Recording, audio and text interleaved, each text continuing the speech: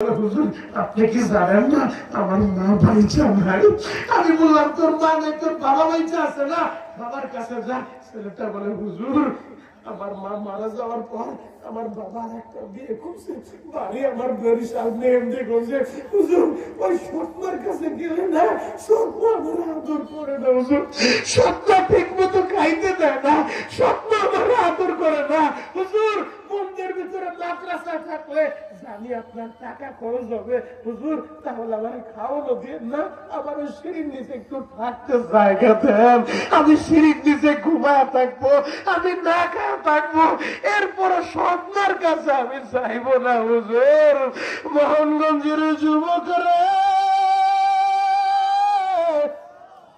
এই এতিম সন্তান বুঝে মা হারানোর কি ব্যাপারে ভাই। এই যে দেখো আমার ভাইরা কেমনে কান্দে, এই যে দেখো তলবিহীনরা কেমনে কান্দে। আরে যারা মা হারাইছো রে ভাই, সারা দুনিয়া ঘুরলেও মার মতো একটা দরদি পাইবা না। ও যুবকেরা চোখের পানি নিয়া আমি একটু দেখতে চাই তো কার কার মা মারা গেছে। যার যার মা নাই সে শুধু হাতটা উঁচু করো, যার যার মা নাই সে শুধু হাতটা উঁচু করো। আল্লাহ টাকা দেখো মা হারা সন্তান গুলা কান্দে। ও যুবক তোদের যাদের মা আছে তোরা একটু টাকা দেখ, মা হারা